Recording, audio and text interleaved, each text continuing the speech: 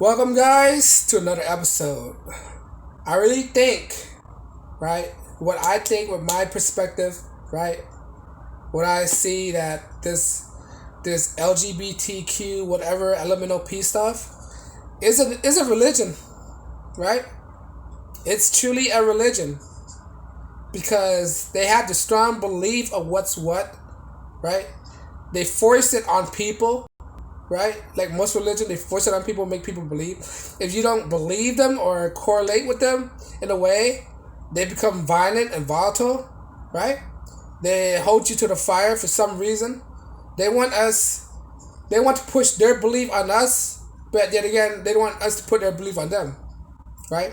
They want us to acknowledge their insanity, right? But they want they don't respect our our views, right? They want us to they want normal people to call them they whatever it is, right? Them they that it, right? But when we say we call as cis, they get mad. I don't want to be called cis. I never heard that word until like the last 10 years ago, the 2010s. Right? All of a sudden, this word cis came about. Like when did this word become included in the American lexicon? You know, cisgender. Back when I grew up, it was just straight and straight and get it. I never heard all these new terms. Like, why are you inventing all these new terms? There's no point. It's like, it's the meaning. It's like, how am I say this?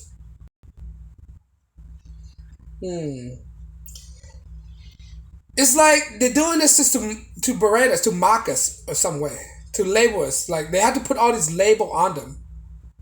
You know, like you don't need to be labeling yourself. Why are you labeling yourself this? Right? Labeling yourself is like making you a victim. You don't need to label yourself. Why does label matter? Oh, I'm this, I'm that, I'm this, I'm that. So what? Nobody cares. Right? It's a religion to them. It truly is a religion. They have their flag, the rainbow flag, right? They put that everywhere they go. On their car, on their shirt, on their bio, on their profile, right? As their avatar, as a marketplace. That's basically an idol figure. Right? It may not seem to be an idol figure, but the Bible it's come from biblical time because originally this rainbow used to symbolize as God promises not to flood the world again, right? But they twist it around. But it's still a religious figure, a religious ideas, right? And they want to put on Capitol flag. We can't put a cross on the Capitol buildings. We can't put Star of David on the Capitol building. We can't put the crescent moon from the Muslim faith on a Capitol building. We can't put a figment of Buddha on the Capitol building because it's conflicting with the idea of a church and state, right? Separate church and religion, right? But you can put the rainbow flag. How is that not contradictory to separate church and state?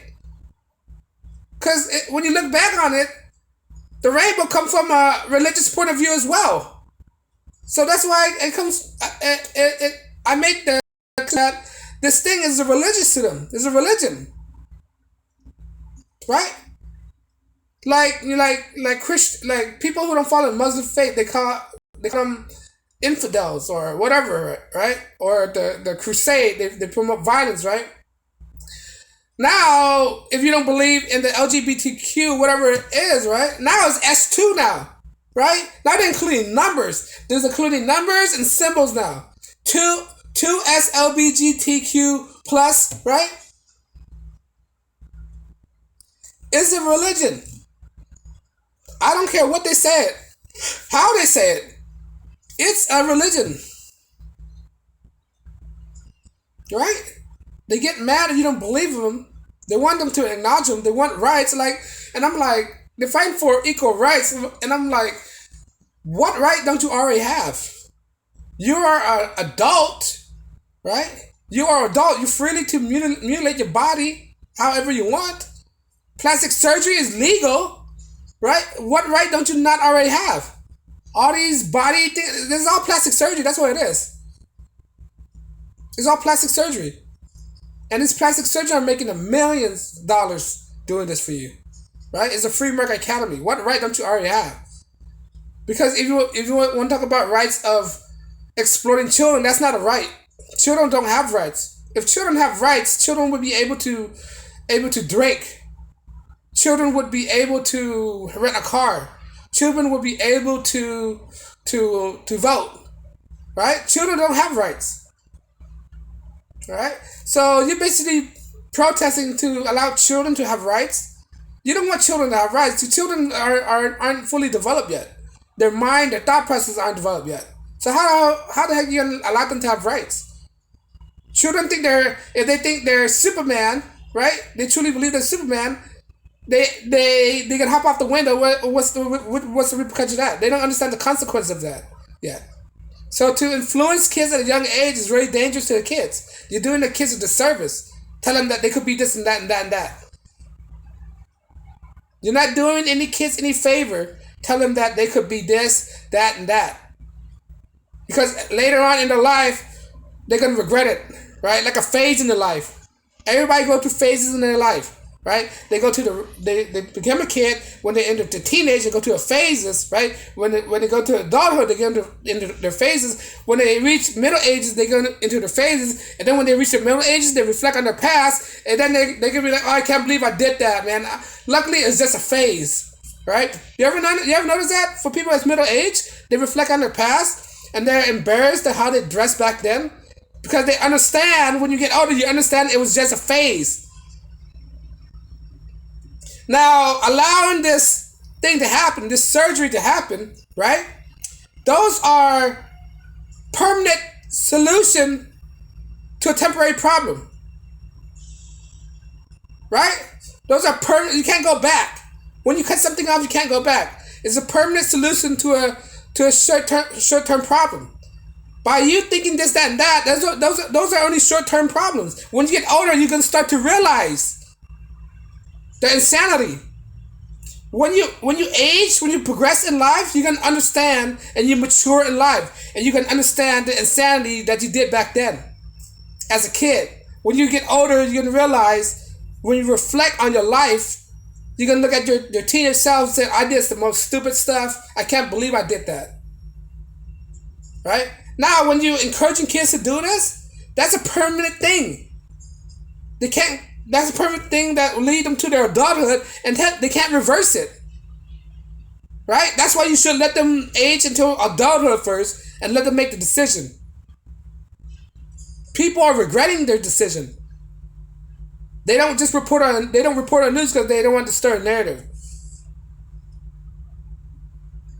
But the point is, you don't screw around with little kids. You don't mess with their minds. They're still growing.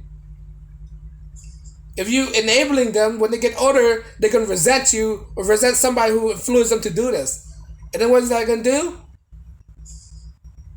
For them to off themselves, delete themselves from this planet, right? The suicide rate is going off the chain right now. By you doing this, you're not doing the kids a disservice. These are just phases. When kids say they think they're this, that, and that, it's just phases. When I was young, I thought I could do anything in the world, but when I look back at it, I understand it's just phases. I thought I could fly when I was a kid. I thought I was invincible when I was a kid. I think I couldn't get electrocuted or drowned. But when I get older, I understand that these are stupid things to believe in. And those are just phases.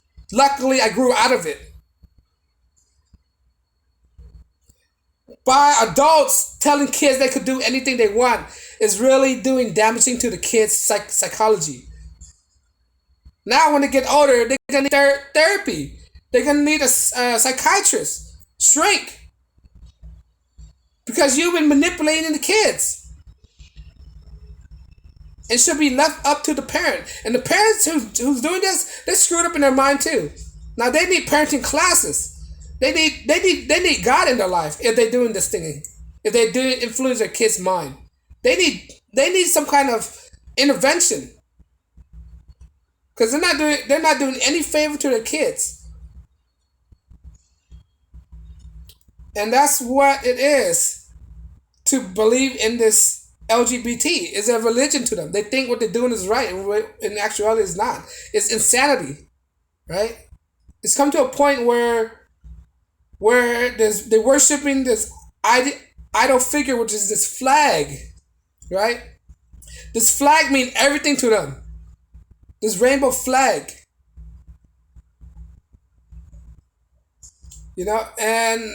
and some of them, and it could contradict some of them too. Some of them say they don't believe in God, but when they're atheists, then when you tell them that you could connect that this thing is very religious, when you connect it to a religious thing, then they shut up. When you make all these connections that you say you don't believe in God, you say you're atheist, you say you're LGBT, but then you're exhibiting the mannerism, the personality you're exhibiting is more like a cult. It's more like it's more like a religion to you.